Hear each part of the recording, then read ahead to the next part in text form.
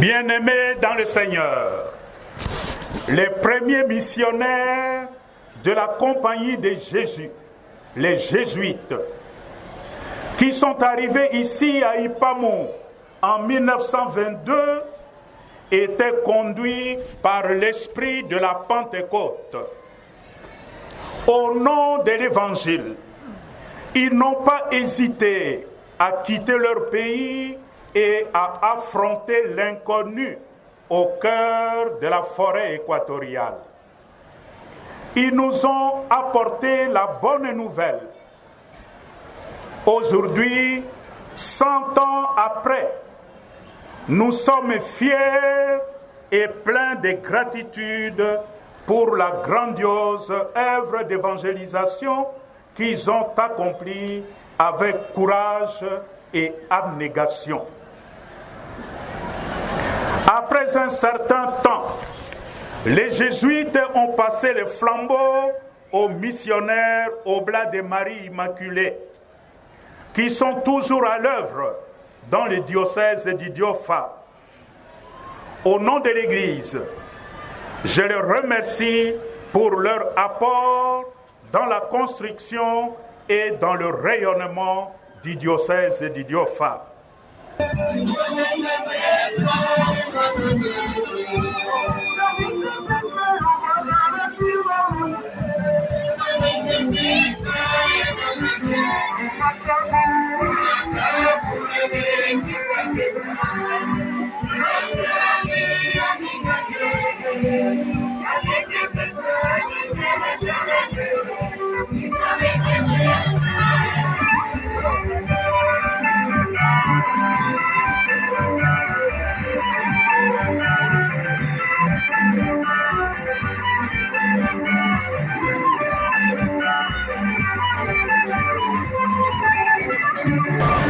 Le diocèse d'Idiofa a de quoi être fier 100 ans après son contact avec l'Évangile.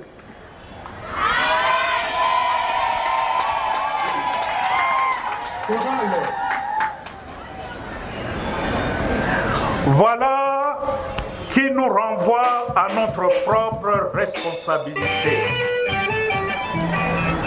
Dans un geste symbolique, nous avions vu la passation de l'Évangile entre les missionnaires et les locaux. C'est dire que l'époque missionnaire au sens strict du mot est terminée.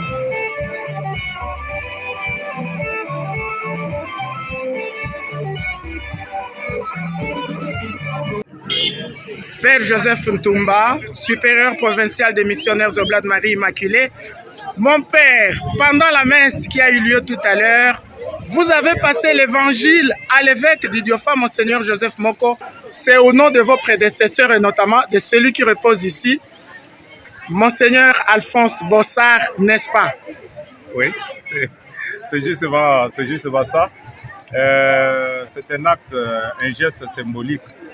C'est pour montrer que finalement le travail d'évangélisation accompli dans ces diocèses par nos confrères est un travail remarquable et que nous passons officiellement le flambeau au diocèse d'Idiofa pour montrer que nous avons fini ce que nous pouvons faire parce que c'est déjà 100 ans d'évangélisation et que le diocèse peut continuer. Mais cela ne signifie pas que nous ne serons pas présents au diocèse d'Idiofa. Nous y sommes toujours présents. Alors l'évêque a dit que c'est le temps le cardinal Fridolin Ambongo qui a présidé la messe a dit la même chose. C'est le temps pour le diocèse d'Idiofa de se prendre en charge, mais les Oblats ne se désengagent pas. Vous êtes encore présent dans ce diocèse? Oui, pas seulement présent, mais très présent même, parce que je crois qu'aujourd'hui, nous avons à peu près 5 communautés encore dans les diocèses d'Idiofa. Et nous avons la communauté du Fanzondo, la communauté d'Idiofa, la communauté de Lozo, la communauté de Pano et la communauté de Mwembe. Et nous avons également au diocèse d'Idiofa 2 maisons de formation, les noviciats et le pré-noviciat. Donc notre présence, j'espère moi, qu'elle est encore nécessaire, surtout dans les milieux où nous travaillons. Père Joseph Ntumba, avec cette célébration du centenaire du diocèse, c'est en fait aussi la clôture en quelque sorte du jubilé de la présence oblate dans ce pays que vous avez célébré l'année dernière, ou que vous avez commencé à célébrer l'année dernière. Oui. Alors, je pense que l'année dernière, nous avons célébré les 90 ans de notre présence au diocèse d'Idiofa. Et aujourd'hui, nous avons 91 ans. Et ça signifie que nous avions aussi proclamé un pèlerinage pour revoir les tombes de certains confrères qui ont travaillé dans ces diocèses et réhabiliter ces tombes-là. Je crois que nous l'avons fait pour Kilembe l'année passée, nous venons de le faire pour Ipamu. Alors je crois que pour le moment, il ne reste que Mapangu, parce que nous avons encore 3 confrères qui sont enterrés à Mapangu. Il ne reste qu'à réhabiliter aussi leurs tombes dès que nous avons encore des possibilités de moyens. Bossard aura été en quelque sorte le fondateur de ce diocèse. Mais il n'était pas le premier arrivé ici. Oui, bon, Bossard n'était pas le premier arrivé, mais je crois que les jésuites n'ont fait que 9 ans, je crois, au total.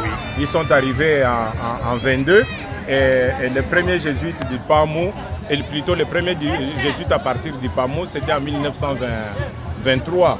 Et donc les derniers jésuites sur le territoire du diocèse d'Idiofa, c'est en 1937, c'est à Kilembe. Et donc depuis 1937 jusqu'à aujourd'hui, ça vous fait plusieurs années que les Oblats travaillent encore dans ces diocèses et continuent à œuvrer sans relâche. Alphonse Bossard, préfet apostolique d'Ipamou, vicaire apostolique d'Ipamou jusqu'en 1957. Il est mort en 1963 et il est donc enterré ici. Vous êtes sur sa tombe, oui, devant son mausolée. Ben, pour nous, c'est une fierté parce que nous sommes venus à la source. Et je félicite et je remercie tous les confrères qui sont venus. Et je crois que nous sommes nombreux. Je n'ai pas le nombre en tête, mais en tout cas, nous sommes venus nombreux pour honorer Monseigneur Bossard qui repose désormais ici.